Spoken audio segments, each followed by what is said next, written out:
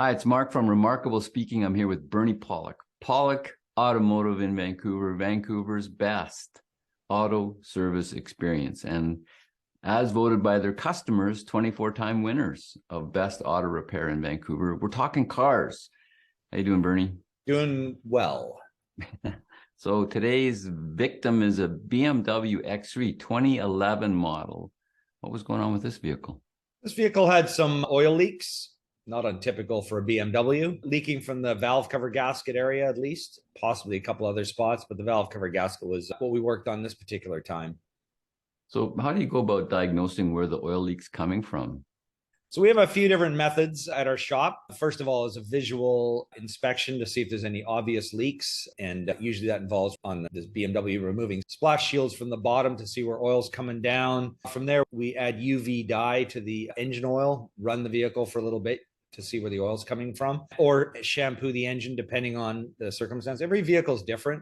Some oil leaks are really obvious. On this vehicle, it actually had an oil pressure switch that was leaking, which you could see oil seeping out of the switch area. Not much rocket science required in that diagnosis, just replace the switch and it's done. But for the other leaks, we clean the engine off, put the UV dye in. We could see that oil was leaking out of the sort of rear bottom of the valve cover gasket. And the other indicator also, when you shut this engine off, there's a little smoke coming out of the engine. So it was actually burning oil off of the exhaust system.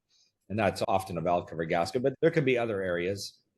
So is this, just for interest's sake, is this a V or a straight six? It's a straight six. Yeah. So what sort of job is it to replace this part?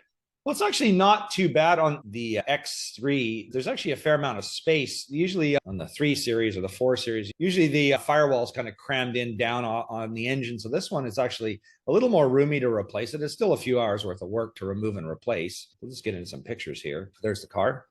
Sharp looking, nice blue BMW. There's a view of our engine. So this is the twin turbo model. Valve cover is located underneath here. So the other thing I was mentioning about the diagnosis is there's often a lot of covers and things to remove, sometimes at the top, sometimes at the bottom, just to see the engine. But the valve cover is located over the area where I'm swirling my mouse pointer. And there's the new valve cover sort of loosely installed. So on the 3 Series cars, you often have to remove a lot of this area here. The wiper areas, sort of the cowl area has to be removed to access it. But on this one, there's actually a fair bit of room. But the fuel injectors, fuel injection pipes need to be removed, ignition coils, there's a lot of wiring that needs to be removed. We got another picture here. It's kind of a closer up view. The red arrow points to the ignition coil. So the spark plugs are located way down there. And the yellow points to the fuel injection pipes. As a high pressure fuel injection system, injector wiring there, and the injectors are located way down in this area here. They don't need to be removed, just the injection pipes, which sit over top of the valve cover. So there's our picture show. So you replaced the whole valve cover. Wouldn't you just replace the gasket? Well, in the case of these cars, what we found is that the valve cover, it's made of plastic. They tend to warp over time. And so, yes, you can buy the gasket. The thing you need to do is replace all the bolts. They use aluminum bolts in these things, so they're like a one-time use bolt. So you've got to replace all the bolts and the gasket. Again, it's a lot cheaper to just replace those pieces. But the thing is, with the cover's tending to warp. You could do the job, put it all back together, and then it leaks again, which is the last thing you want to do. So what we found is it's better just to bite the bullet, do the whole job, put a new cover in, and it's complete. It comes with all the bolts, the gaskets, everything's just there. It actually makes the replacement a little faster.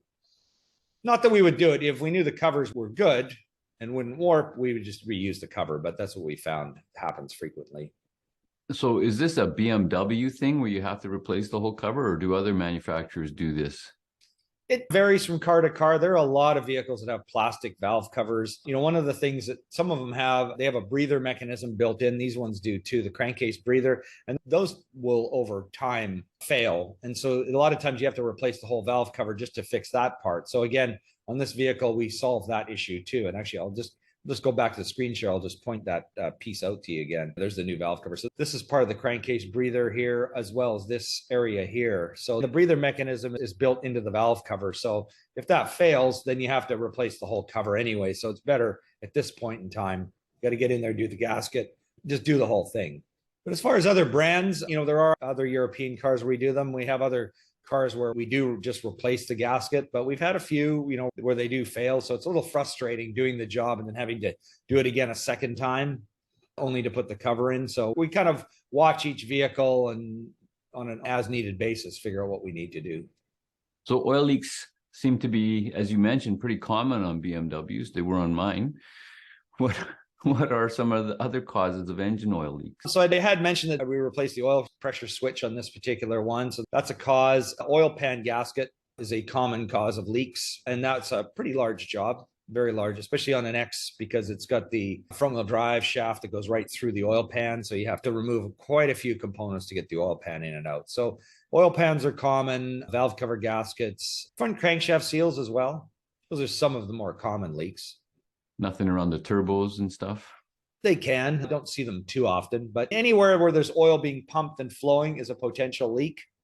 Head gaskets, knock on wood, since I actually own one of these cars, seem to be pretty reliable. And you mentioned reliability. How are BMW X3s for reliability?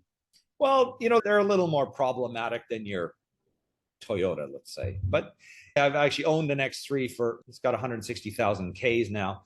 It hasn't been that bad of a car. At first, there was a few issues like, oil pan gasket leaked at under 100 Ks. So I'm going, well, that's not so great. But given some time and a bit more mileage, the car is actually proven to be, I think, fairly reliable. But there are a lot of expensive things that can go wrong. And, again, this valve cover, for example, it's an expensive job to do. Whereas, in the olden days, a valve cover gasket was a really simple, cheap job. But that's not unique to BMW. That's pretty well a lot of cars.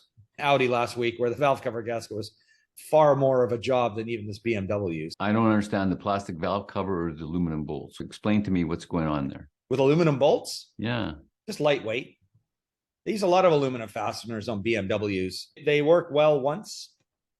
And so the thing is, whenever you do a job, I believe the oil pan may have aluminum. I can't remember, but it's all about saving weight. It's kind of bizarre because you can have a handful of these bolts that you normally have a feel in your hand, like, oh, this is, there's a weight, and they weigh nothing. So I sometimes wonder to myself, out of a whole engine, how much are you going to save? Like 5 pounds? I guess every pound saved is energy less wasted. But I sometimes wonder, especially if a car gets older, maybe they decide, hey, we don't want to sell these bolts anymore. What are you going to do? Throw a car away because you can't buy the aluminum bolts anymore? So it adds cost to repairs. But sometimes I find it a little weird. But they do work. They work fine. But they're really, again, only one time, because once you torque them back, they just don't have the strength to be torqued multiple times. The good news is with this valve cover job, this BMW has 160-ish Ks on it. Chances are, assuming we did our job right and torqued everything well, and the valve cover we replaced, the quality is good, you should never have to do this job again. So that's kind of a positive thing. So there you go. If you're looking for service for your BMW in Vancouver, the experts to see are at Pawlik Automotive. You can book online at pawlikautomotive.com. They'll call you back. They'll find out what's going on. They'll get ready for your appointment, or you can call them and talk to them. 604-327-7112. You have to call or book online ahead of time. They're always busy. Pawlik Automotive in Vancouver, BC, Canada. Thank you so much for watching and listening. Thank you, Bernie. Thank you, Mark.